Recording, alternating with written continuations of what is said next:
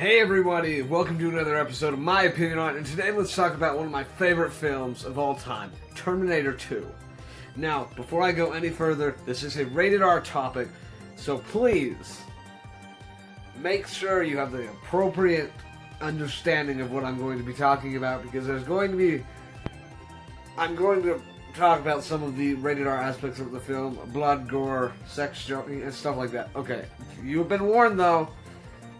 Be noted, because this is a rated R topic.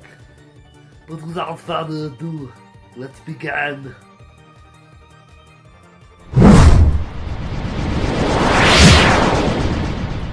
Terminator 2 is the second film in the Terminator franchise. Now, I haven't personally given my thoughts on Terminator 1.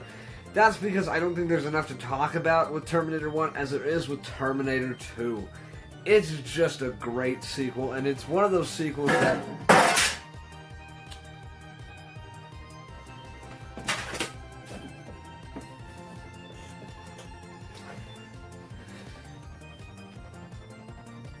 Terminator 2 is one of those great sequels that surpass the original. And now, I will talk about the original in the future. But for now, we're going to talk strictly on a sequel and a few elements it takes from the original that just work. Now, Terminator 2 is again one of those rare cases where the sequel is more popular than the predecessor. And I can completely understand why. I thought Terminator 1 was an okay film. It was just a film that I watched.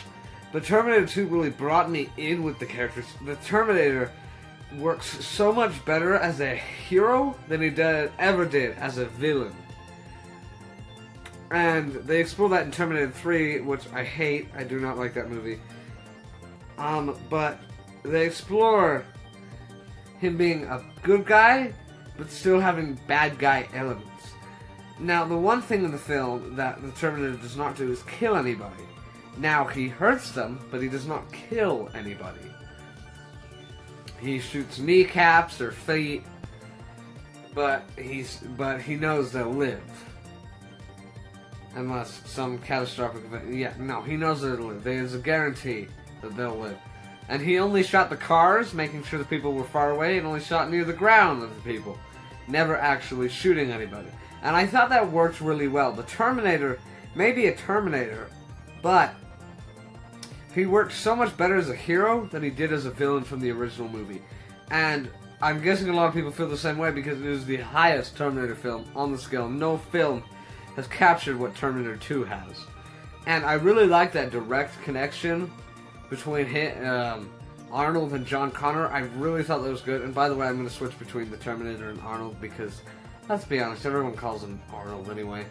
So I like that dynamic between him and John Connor. I really thought that was nice. And then Sarah Connor having been stuck in a, a mental hospital. That really worked. I liked the dynamic between that.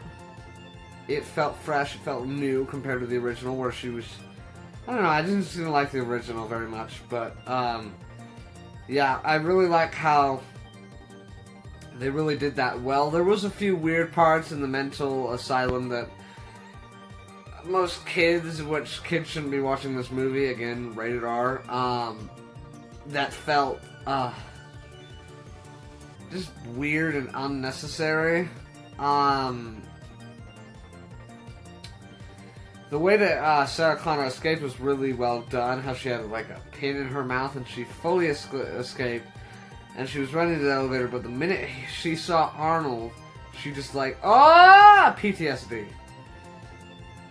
And he walked out with the shotgun pointing up, exactly like he did in the first movie, and it was just epic. It felt epic. And the fact that John Connor was a snotty teenager at the beginning of the movie and then slowly grows, and the fact that the Terminator was actually a father figure in this just worked so well. This wasn't a movie about killing and stuff. This was a man and machine story, like the dad and a son story, and I really thought that worked really well in the Terminator universe. And just the dynamic between the characters just worked really well. Now the villain, I don't know what he's called. I don't know anything about him. I'm going to call him Police Terminator because I can't remember his name for the life of me. I think he's played by some guy named Andy. Anyway, yeah, I really liked the villain. Now, obviously, it's not as iconic as the Arnold Schwarzenegger. He's the best freaking villain ever. but because he felt more surreal than anything. He didn't feel real.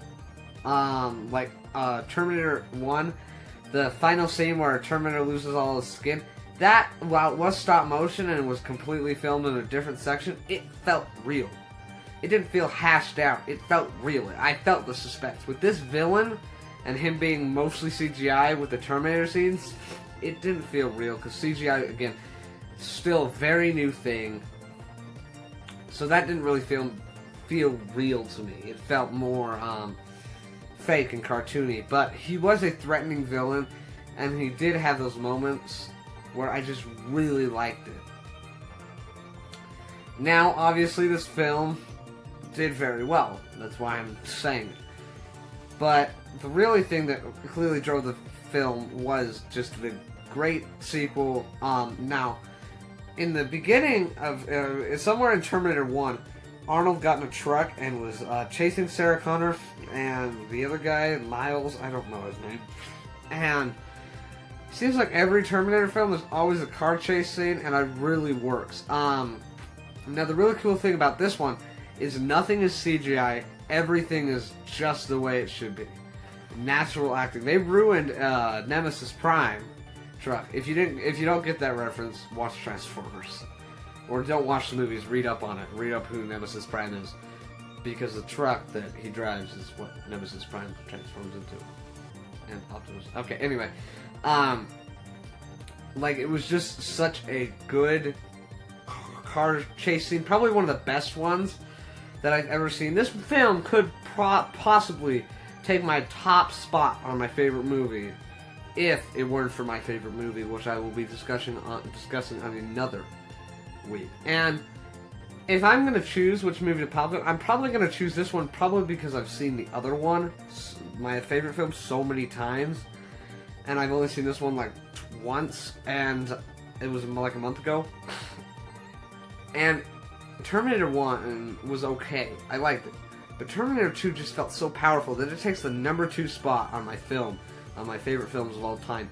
It was that good. I 100% recommend you go watch it.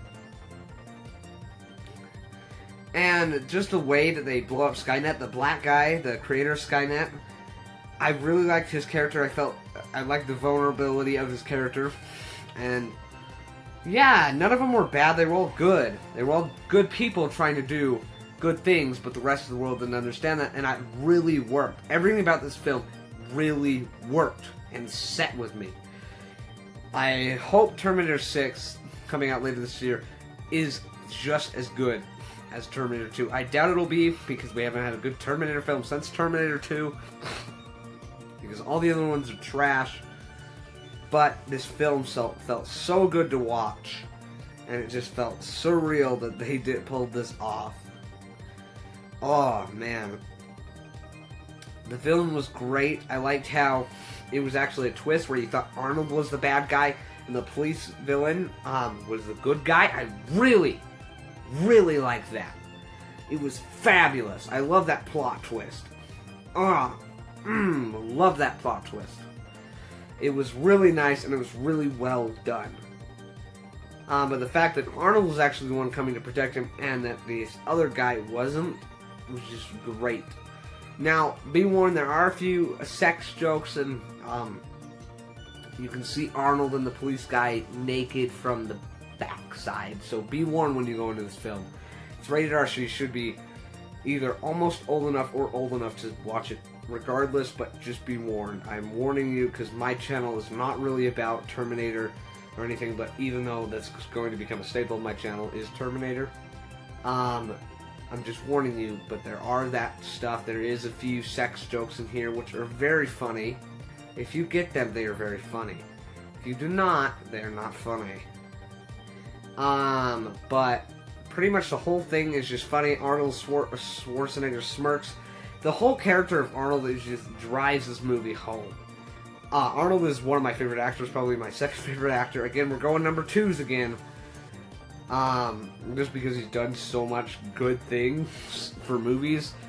I can't wait to watch more of his movies. But this one was really, really good. And, of course, Arnold's got to have his sunglasses. That's a staple of the franchise, and it was really cool. The opening scene was satisfying. The minute it opened up, it was satisfying, and I loved it. The minute we see Arnold, it was just, yeah. So, you know, yeah. It was really cool. Would I recommend you go see this movie? Absolutely. Be warned though, rated R.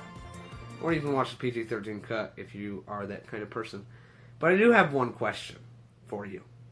When are we going to get to the chopper?